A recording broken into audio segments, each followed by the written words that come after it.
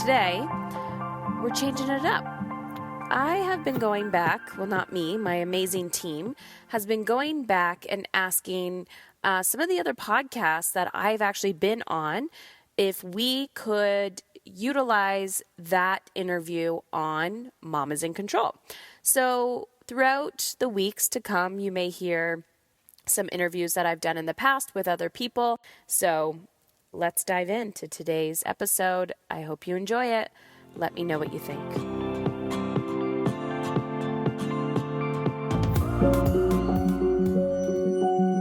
Welcome to Rising Woman Leaders. I'm your host, Meredith and I believe the time has come for women to share their gifts, their voice, and their stories. I love seeing women spiritually and financially empowered, thriving in their life's work, and doing what they love every day.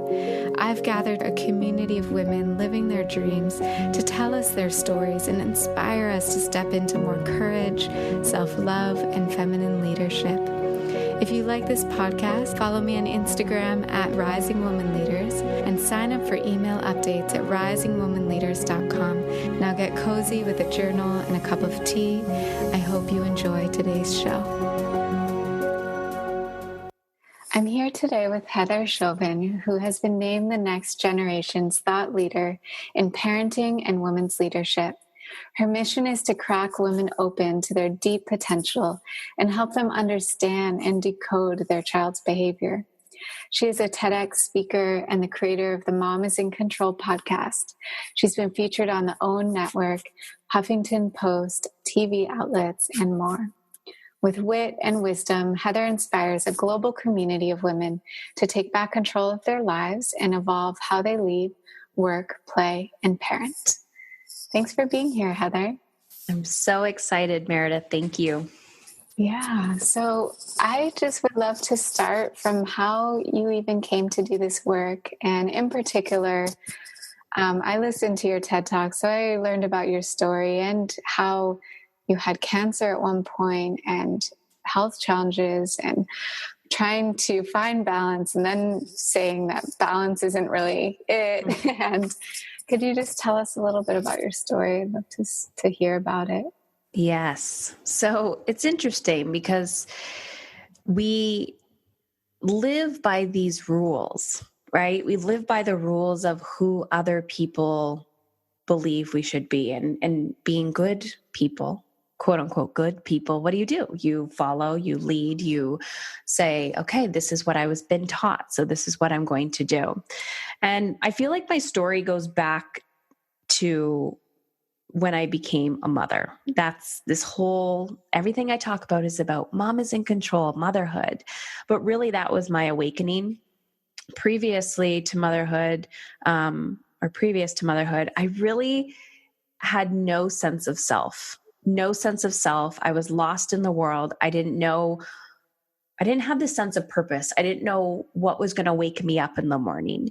And the second I became a parent, it was like this smack in the face by the universe. And I don't know what it was, but I looked at my son and I thought, I need to show up. This isn't about me anymore, right? I can wallow. I can sleep through anything. I could just drink enough water and eat enough to get by, but this isn't it anymore. And so my son unconsciously taught me and walked me through this path of how to find who I am and what it means to feel alive, which is a really crazy journey and story because it started with me saying, I will never become a statistic. So I became a parent when I was 18 years old. And that in itself is a whole nother podcast topic and episode. But I remember looking, going, I just don't want to be a statistic. And I need to become the person that I want him to be. Not living vicariously through my son, not hoping and praying and fingers crossed, but becoming that role model. I knew that that was going to be more powerful than just hoping, right? Hoping that change will come. I've screwed up, hoping that he can do it better. I was like, I need to do the dirty work. I need to get my hands dirty. So I went to school, became a social worker, Never took a university course in high school. I somehow got through as a mature student, rigged the system, got in. And I remember saying to my mom, "Oh, Mom, do you know how much you actually learn when you read the textbook?" And she was laughing at me. She's like, "Heather, yes, when you apply yourself in life, things happen." But I wasn't doing it for myself at that point. And my why was him. He was my purpose, right? He was the reason why I woke up. Everything was for him. I remember going to school and having like vomit in my hair because he would like puke right before I go to school. And I'm like, I don't have time to take a shower. And I just smell this gross baby milk the whole time. And so he was my purpose. And so as I continued going through this journey, and I'm like, okay, I'm going to dedicate, not realizing that I'm a healer, a light worker, sensitive soul. And then I give birth to this sensitive soul who doesn't have control over his anger, doesn't have control over his anxiety, has social anxiety. And I'm sitting there going, okay, I have a background in mental health and, a minor in child development. Why can't I figure this out? And then I'm reacting, I'm yelling, I'm screaming, I'm stressed. I'm like, why won't you just stop yelling? Don't throw your toys across the room. What's going on with you? Oh, and deep within, there was this little ache, this little voice that said, meditation. Meditation. And I'm like, what is meditation? Like, why? I barely did yoga at the time, but no, Meredith, not meditation for me. Meditation for my son, kids meditation. Teach your son to meditate. So I'm like, okay, what is this? So then, and this is full circle, and I'll tell you a crazy story if it goes in that direction after our conversation. I learn and teach how to teach my son mindfulness and meditation because I'm not the problem. He's the problem, right? And then I'm like, oh crap. If I need to meditate, or if I want you to meditate, I need to meditate, because me projecting my energy onto you is actually the cause and effect, right? And there's both. His behavior was speaking to me. He is his own being. He is his own soul saying, I need help. I need guidance. I need tools and strategies. And I'm over here reacting. So I'm not sitting, observing, paying attention to what is he telling me. I'm just reactive. Don't do this. Don't do that.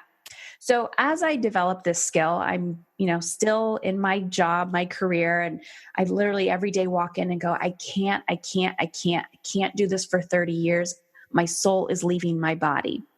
Following the breadcrumbs, I started teaching little workshops to my son's friends. And literally the parents were like knocking on my door. They're like, here, fix my child. I can't handle this.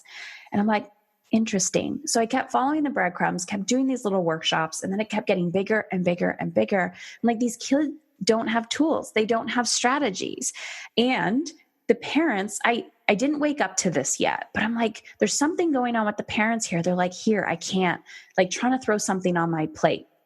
So I was so focused on teaching these skills and strategies to children, right? And they were coming, right? But this is how the world markets. This is why the toy industry is so big. The kids need less, not more. And then fast forward 4 years ago, while I'm building my coaching business, I left social work. I now had to leave all of that and, redesign my business and my practice and my service in alignment with my gifts. I'm hustling, doing what I've been taught by my mentors who I attracted, who none of them had children, by the way. So it was like, go, go, go. There's 24 hours in a day. You just outwork your peeps. You outwork them by working harder. And I'm an ambitious go-getter. That is my nature. So people are looking at me going, how do you do it, Heather? At the time I had 3 boys. Well, I still have 3 boys. The youngest was a year old, and I'm breastfeeding and I'm doing interviews with people and I'm coaching, and, my middle would walk in and they're like, oh, I'm like, this is what it's about. We're all moms. We're here. And I knew something was wrong with my body, but my story at the time was I don't have time for myself.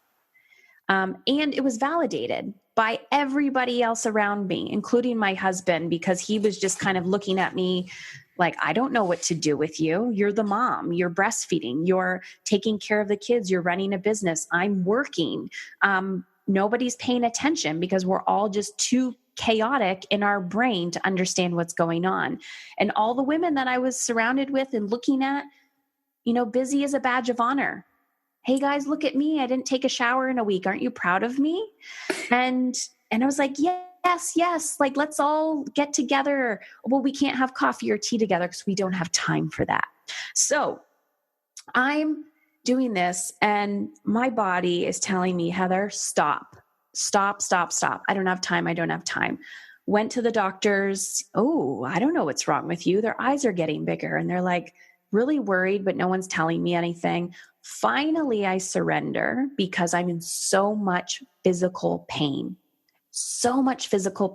My abdomen is swollen to the point where now strangers are asking me when I'm due, asking me how pregnant I am. And I'm like, do I think that's a problem, right? I'm losing weight, abdomen is growing. I go into the emergency room that night, Meredith, they do a CAT scan and blood work and tell me I have cancer. And the creepy part was it was confirmation. My first thought was, I already knew this. My second thought, I'm going to die. My third thought, maybe my father will actually pay attention to me now. And then my reaction was, it's go time. It brought me right back to that moment when I gave birth to my son and I looked at him and I was like, I need to show up. Death is staring me in the face. I need to show up. And I didn't know what that meant, but I knew that if I didn't figure it out, I was going to die. Yeah. I could go on and on and on. And it was a moment that I will never forget. And I wouldn't be where I am today without it. Wow. Incredible story. Thank you for sharing all of that. And so that moment, such potency of just like, I need to show up. Something isn't working. I'm out of alignment. What happened next? What did you decide to do? What did you see was out of alignment in your life? Everything.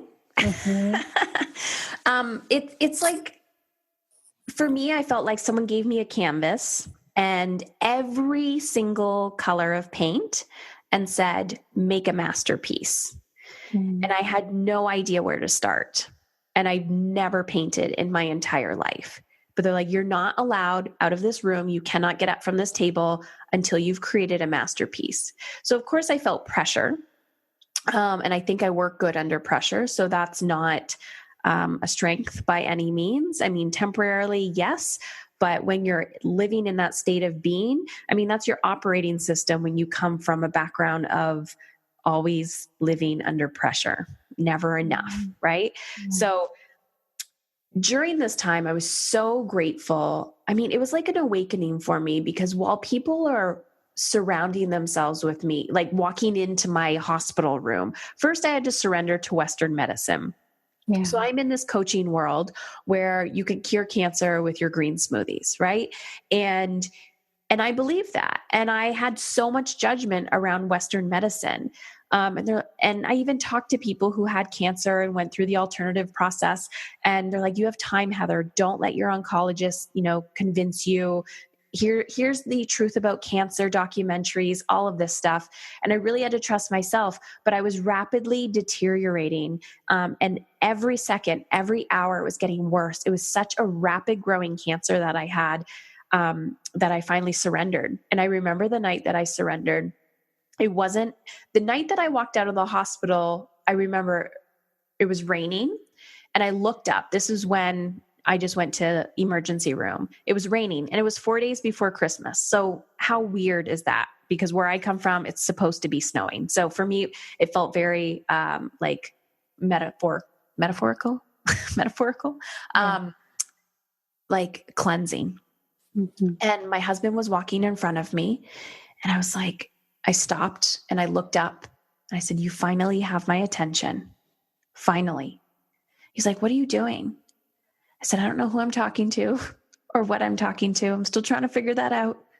All I know is they finally have my attention." And in that moment, I made a decision that I was committed to listening to the ache, listening to the little soul prompts, listening to the books that were falling in my lap, the people that were surrounding me with. And I kept asking myself, how do I want to feel? And the response was alive. Strong and alive. How do I want to feel? I want to feel alive. So in that moment, there's this crossroads mentally. You have two paths. You can go down the rabbit hole and go, I'm dying, I'm dying, I'm dying. Or you can choose life. Even if, and I had to every day go, even if I have 24 hours left to live, I can choose life today. Even if I won't be here in 6 months, I can choose life. I can choose to feel alive today. So what did that mean? And realizing, I mean, if you don't understand that you are an empath or sensitive, you really realize that when you can sense the energy of somebody walking into your room who's already treating you like you've died. And I would literally say to that person, you have to leave. You have to leave. And they would go, why? I said, because you're treating me like I'm dead. I don't want your energy around me. I'm trying to heal, because I felt like a super fragile flower.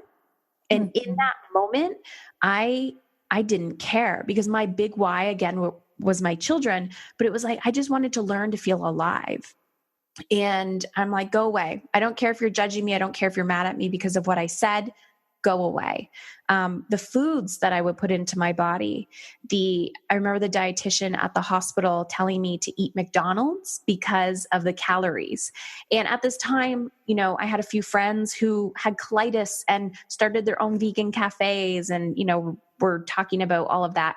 And I was more interested in that phase, and I knew right from wrong, but I didn't know how to implement. I was still overwhelmed by the process. So I remember I would smuggle in green smoothies. I would smuggle in green juice. Like my parents would bring it to me. They'd bring me whole foods. And yes, sometimes I had to eat McDonald's because I was just starving and craving French fries.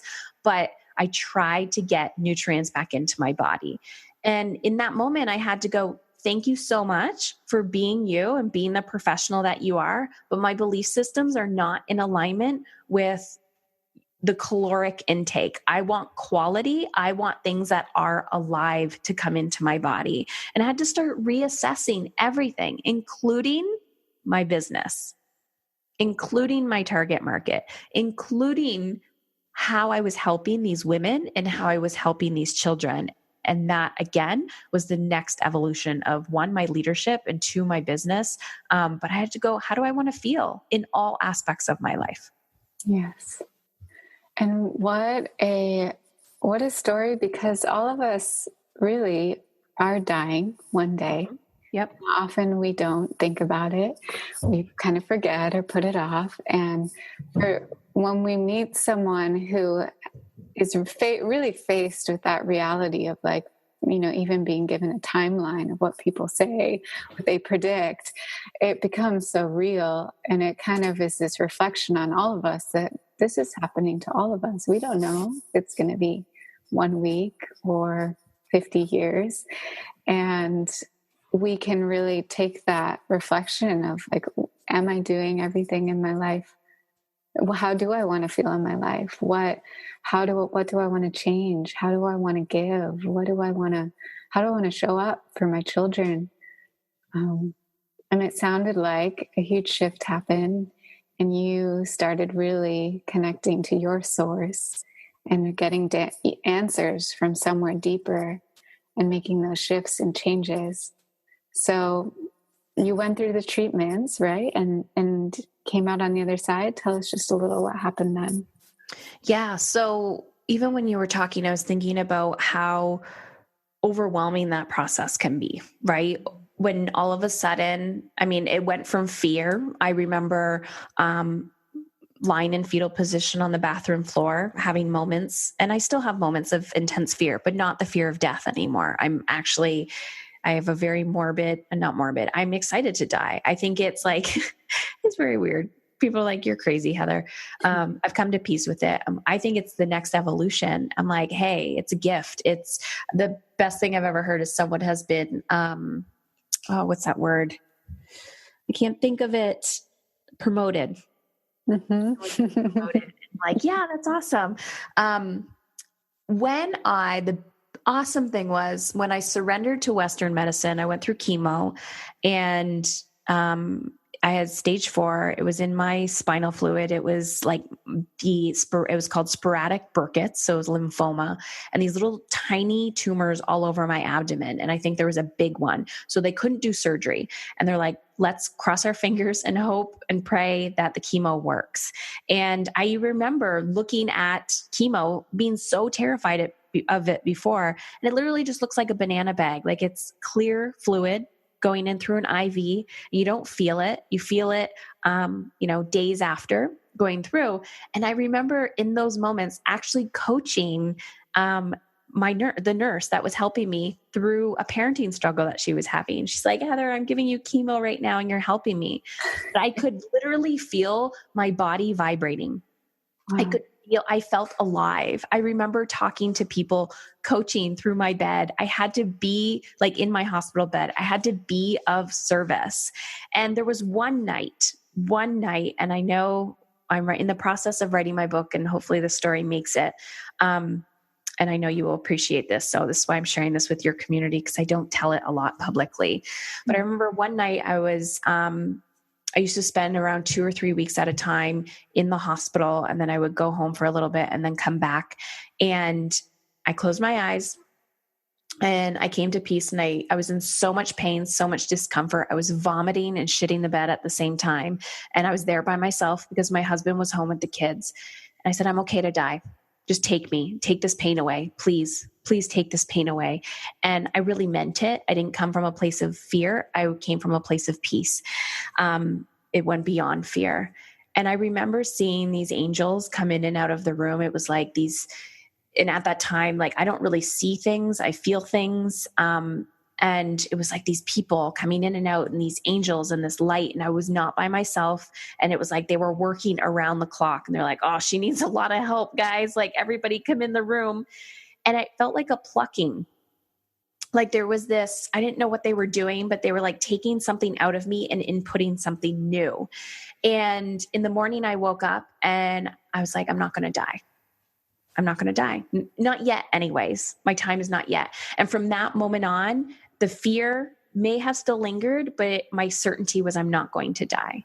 So I just made a commitment to continuing to doing the work. And you were talking about, we all know we're going to die. And when people have these moments, making a commitment to live, that can be overwhelming because then you have this abundance of life, this abundance of gratitude. And you're like, how do I do this?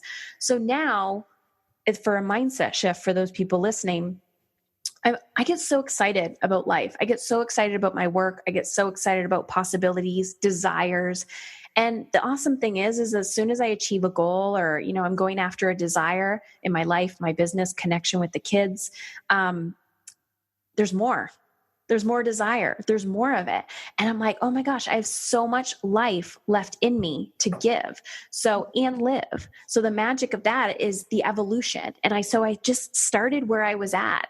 At the beginning, I was like, I want a bath. I want a meal. I want to read a book. And now it's like, I want to travel the world. I want to run a marathon. I want to, create space in my calendar so that every single night I can read the kids a book before they go to bed, or we can have family dinners together or whatever that is. But it's interesting because, the goals that I had before, now it's all about the simple stuff. It's really getting to the nitty gritty and going, it's the feeling you're after. It's not the goal.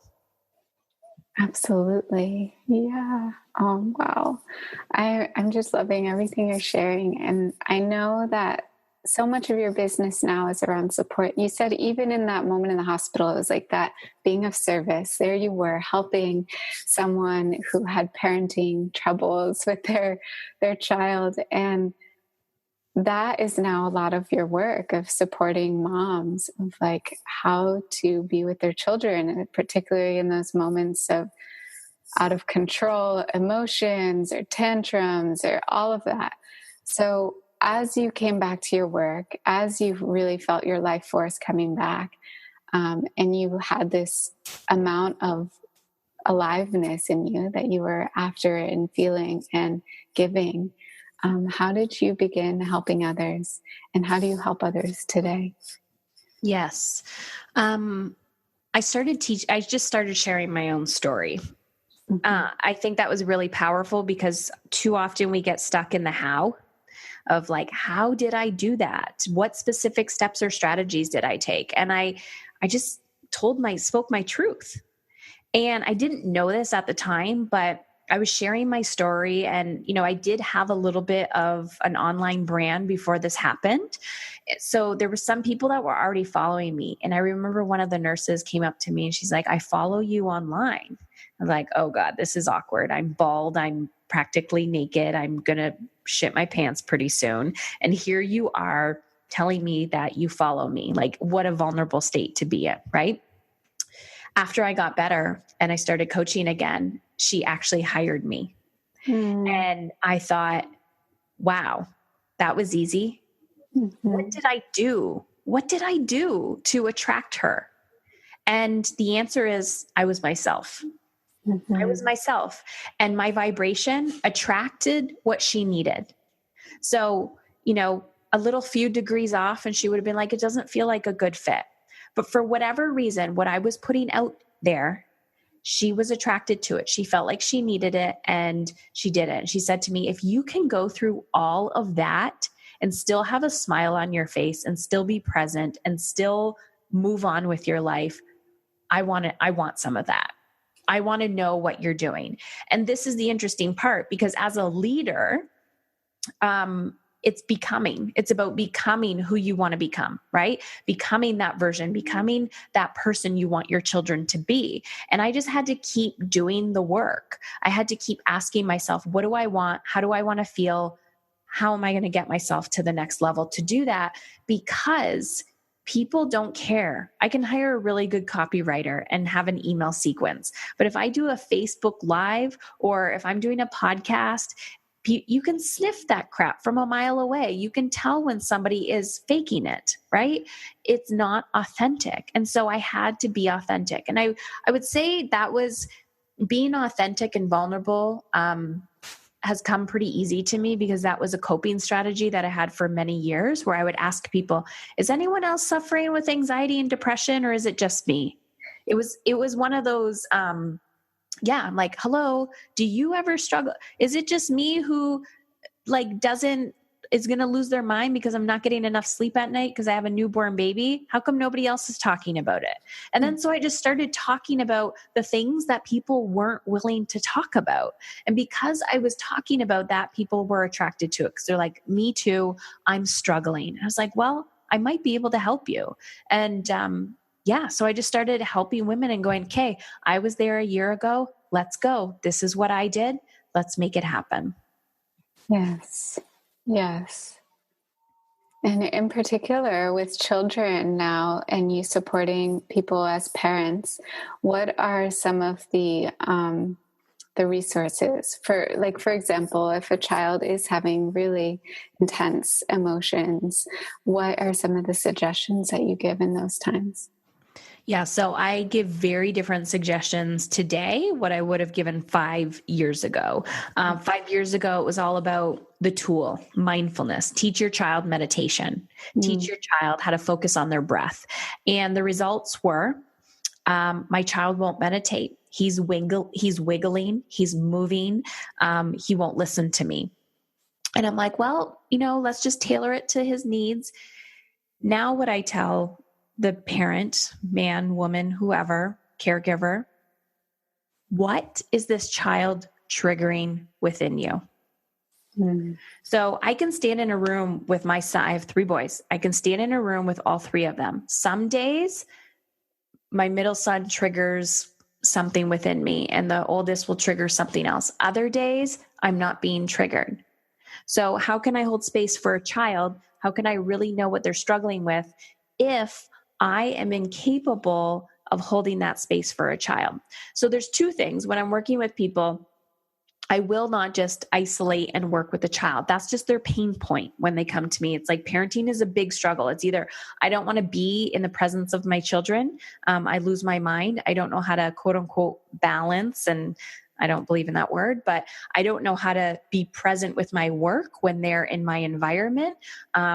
Or I don't know how to help them with their big emotions. And so I say, your child is their own being. They're struggling. They're having a human moment. So their behavior is a language. But if we as adults don't have our crap together, our garbage bag isn't dumped out, we don't have the clarity, consciousness, or awareness, we're not going to be able to have this co-creation. It's a relationship. So how can we teach a child a tool or a strategy when they don't respect us because we don't respect ourselves? How can we teach a child to listen when we aren't listening to the child, or when we are not listening to ourselves? So to give you a specific example of that, my child won't listen to me. Great. Are you actually listening to the child? What is the child saying to you? You have to be a little conscious, a little aware to understand that, to decode that behavior. So then I'll go, well, are you listening to yourself? Well, what do you mean, am I listening to myself? Well, it goes back to the beginning of the conversation that we had about me listening to my body when my body was saying, Heather, slow down. Heather, feed yourself. Eat a freaking meal. Have a piece of broccoli. Take a glass of water. Have a bath. Do something. So once I start filling up the mother, meaning the symptom, right? You sniffly nose, there's a deeper rooted problem. The symptom is the child is, you're saying, not the child is saying, you're saying, so you're projecting onto the child. Child isn't listening to me. Great. Are you listening to the child? No, because I got lots of crap that is in front of this. Great. Are you listening to yourself? What does that mean? What do you want? What are you craving? What do you desire? Listen, listen, listen, write it out, take baby steps. I want a shower. I need a coffee date with a friend. I need a haircut. Maybe I'll get my mustache waxed. I don't know. I've depleted myself so much that I don't even know what I want anymore. Start with the basics. And it's like sips of water, right? You found somebody in a forest. They've been out there for a week and they're like almost dead. That's what a lot of motherhood is like for people who buy into the old paradigm that you need to neglect yourself or you're selfish. So little sips. I need one thing. I need two things. Great. Now you can drink the whole glass of water. Now you can have a gallon of water. Now you can swim in the ocean. And once you start doing that, then, okay, is your child not listening to you? And 9 out of 10 times, the woman says to me, it's no longer an issue. Because I'm listening to the child, because I'm not being triggered, and therefore the relationship has improved. And it's energy. It's energy. Children are so empathic. Like without even realizing what they're doing, they can feel when something is off in that energy space. And so they're, that the calling out, similar the way that this cancer was calling out to you and your body, pay attention to me. Kids can do that too. And it's like they're giving the mirror of something that we need to see in ourselves. I always say to my clients, I was talking to one of them yesterday and her daughter's name is Alice. And I said, oh, me and Alice have been working together for a really long time. And she starts laughing. She goes, what do you mean? I said, oh, I sent her some vibes and her and I have been orchestrating to get you here. And she laughed hysterically. I said, your daughter has challenged you to your core to bring you to me. And when you see that we're co-creating together, it's so beautiful. So I always tell people, I need you to get out of your own way so that I can get to your child. Because too often I see parents going from appointment to appointment, workshop, book, all of these things, doing one therapy session at a time with their children, going, I'm not getting anywhere. Oh, I guess this is just the way that life is. And I've invested hundreds of thousands of dollars in this and we're not seeing results. Well, that is what it is. It's just a phase. That's what the, doctor told me. And I'm like, great. That's awesome. If it's not working, that's the definition of insanity. Doing the same thing over and over again and expecting a different result. So you jump outside of the box and I say, let's make this easy. Consciousness. Understand. Look at your child. Why are we projecting our own insecurities onto them? Are we projecting our own fears? Are we projecting the fact that we don't feel good enough? Are we projecting the fact that we feel very uncomfortable with anger because we had an angry father or an angry mother? Or when we were a child, we were told, never express your anger. It is a weakness. So that when our child expresses anger, we're like, oh, red flag, fight or flight. So there's so much that our children teach us. And I always say they pick us. They pick us in this lifetime to say, you got some lessons and I'm going to help you get there. Yes. Yeah. I've heard that if we have not gone into some of our own childhood traumas and gone into our own healing, that children can really just be a trigger for that, of just like pointing right in that spot where you don't want to look. It's personal growth on steroids. That's what I call it. So when people are like, oh, I got, everything is all my ducks are in a row and it's perfect. And I'm like, yep, just wait till the child comes into your world. Yeah. Yeah. Talking about surrender, just to allow that. For sure. So what tips do you have around running a business, like being a mom, having a business, just being in a good way with your children, with your business and relationship with all of that? Because I know there are a lot of people out there who struggle and know that, feel like it can be too much. Yeah. I have lots of tips, lots of strategies. But at the core of it, when you said that, I just want to say that struggle isn't glamorous. It's not a badge of honor. It's a belief system. And if you believe that something needs to be really, really hard, then it will be. And I feel like the more I get into this, spreading this message, I feel like a lone wolf. And I say wolf for a reason, because I get triggered on a daily basis, even by a Facebook comment or people around me, like passionately triggered that I can't do both really well. Mm-hmm. I can't run a business and I can't be a successful mom, quote unquote, feel good in motherhood, like I'm guiding my children appropriately. Mm-hmm. And we need support. Everything that you resist, you need to run towards. It took me, I prided myself on being this independent woman for a really long time. There's a reason why they say it takes a village.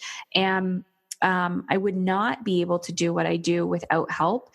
And I had to get clear on what type of mother do I want to be? What feels good to me? So a lot of women, they want to, who knows, they might want to be involved in like driving your child to every single thing that they do. Other women are like, that's not the time that I want to have my kids. I just want to be able to put them to bed at night.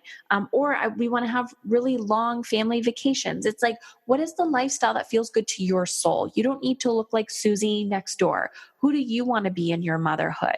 Sometimes you're like, I just want to work and I don't want to have children. Like, I don't want to be with my kids. Honestly, if that feels really good in your soul, maybe your purpose was just to birth them in the world, or take care of them, like adopt them or whatever. That's okay, right? Like that is okay. We need to really honor what our soul is craving, and not look at Mary Poppins and go, I'm not everything. So for me, I'm all about experiences. Like of course, I'm the emotional person. Like, let's talk about that. How does that feel? I love creating those experiences. I am ambitious. I love making money. I love being able to give back in the family that way. And that's just how I want to contribute. When, having a baby on me, sucking on my boob all day, that was really, really hard for me. So what did I do? During those times, I didn't need to isolate myself. I had to ask, what do I need right now? I need community. I need people. I need to physically leave the house and go to yoga for an hour and maybe give my child a bottle of formula. How dare me? But if I come back and I can be present with my child and not resent them because I feel like I'm trapped, then that's okay. So I tell people you really need to honor what you need as a woman beyond motherhood. Mm-hmm. In business, you need to hire a really, really good mentor that is in alignment with your values. And we can create sustainable businesses that do not burn us out. Now, I want to, a lot of us were the dreamers. We have these big visions of like, I can see myself doing this and da da da. Great. What is in front of you that you need to take action on? And we can create sustainable, cash flowing businesses ASAP. It doesn't need to take 5 years to do that. So I show women, what's your high leverage action? What's your revenue generating activities? Does this work? Does this feel in alignment? And a lot of that is looking at our belief systems, looking at the systems and strategies that we have in place. But more importantly, you have to ask your soul, what am I craving? Do I desire? And what am I not giving myself permission to do? Mm-hmm. Yes. And how has it been for you, just being seen and putting yourself out there and giving that TED Talk and doing the interviews? What has that been like for you? Because I know you say going towards at those places that have resistance. What was the resistance like for you? Painful. Physically, I manifest everything physically. So all of my resistance, like I'll just have no energy. I'll get bone pain. I will get, and then if I go to the doctor or something like, oh, these are side effects from this, or maybe it's this, maybe it's that. But my gut tells me this is just resistance. So I lean into it. The TED Talk was really interesting because of the parameters and the guidelines and what they required of me. And, I wanted to get it perfect. So it's always leading up to the moment that's most terrifying. Vomit. Oh my gosh.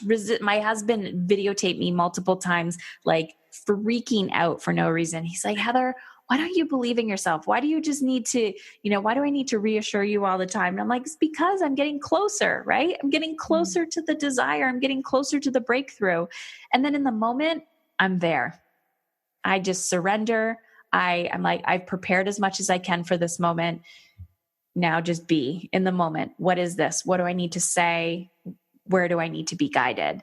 And that has really helped me along the journey, even in my business. I talk a lot about codependency in my work. So when a woman comes into working with me, sometimes she's struggling with power or trust, right? Trusting herself and her power and really owning that. And it's reflecting and popping up in her maybe marriage or with her children as well and her work. And so a lot of it is owning that, trusting yourself, trusting your gut. But I don't know. I'm one of those people.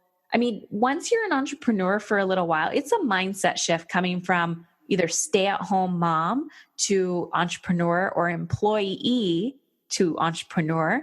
And now I love the game. I love the challenge. So when I'm kind of content and things are going good for me, I'm like, what's next? Where's the next TED Talk that I can apply for? Or, okay, let's write the book now. And then yesterday I'm a huge fan of mentorship too, that I can't figure this out myself. So I'm constantly going, who can teach me and guide me to get to the next evolution of who I want to be? And so I was talking to somebody about that and I was saying to my husband, like, oh my God, I'm so scared. Oh, he's like, Heather, why do you do this to yourself? You're going to be fine. You're going to figure it out. And so I was like, yes, let's make it happen. And of course I'm already evolving and growing. So it's inevitable. I cause my own, I wouldn't say suffering, temporary discomfort. Yes, because that's where the growth happens. Yeah. Those places of discomfort. Yeah. I love that it's this constant evolution, and we can always look towards new people of like, okay, I've come into the place where I've been dreaming to be for so long. So for me, for example, I did come out with a book last year, and that was my dream for 6 years. And it was like, to have it happen it was very almost strange in a way, because it was like the dream is finally here. Like, what am I looking forward to now? And it's almost like this identity crisis for a little bit of like, I've been looking forward to this for so long, and then being like, okay, so what's next? But seeing that like we can always be evolving. We can always look towards those people we feel attracted to and want to learn from, and have a new evolution of what's next. It's really beautiful. So the last question I wanted to ask you is just what's coming up in your business? What are you excited about? What is that next evolution for you? Well, right now I am working on the book, which is interesting because I felt like it was a marathon that I was literally walking at for many, many years. You know what that's like. You're like, it's in me. How is this going to come out? So I'm getting closer. I feel like there's a mile left, and then there's 10 miles that show up when that mile is left. So the book is coming. I'm podcasting. I love it. I have 2 programs that are simultaneously launching, which is Teach Your Kid to Meditate, which is kind of about intro to conscious parenting and mindfulness, but also I'm very action and strategy oriented. So it's about action. Let's implement, let's do, let's be, let's interact, let's talk about this. And then I have my Mamas in Control program, which is my 8-month mastermind for women. So we talk about the parenting and the life piece. So wherever you're at, we kind of go from there. But creativity, just pulling back the layers. Awesome. And do you have any closing words for the people listening before I just bring this to a close with a short prayer? I just want to say to the woman listening who has lost hope, or thinks, is it possible, to be curious with that thought, and know that it's just a thought and it's just a feeling, and you can change it, and change is possible. So watching the breadcrumbs, watching the baby steps, and just asking yourself, is there a reason why this podcast, this conversation ended up in my lap today? And just follow the breadcrumbs. You can do this. You can do anything, but you have to take the action and just believe in that 1% of your ounce, that 1 ounce of like belief inside of you. Just listen to that, and everything else, let it go. Yes. So let's just take a moment to breathe that in. Noticing the beliefs we've been holding about ourselves, what we are capable of, and just kind of washing that clean, allowing there to be more space in our potential, in our ability, and taking steps forward. Just tuning into what we feel inspired about from this conversation today, whatever gems we want to take with us in our heart as we go out into the world. Just breathe that all in. And I'll bring my hands to my heart just with such gratitude for Heather and for all of you listening, showing up, doing your work. We bow. Namaste. Thanks so much for taking the time to listen to our show today. We would love to hear what you think. Take a moment to hop on over to iTunes and leave us a review. We'd be so grateful to receive it. Until next time, namaste.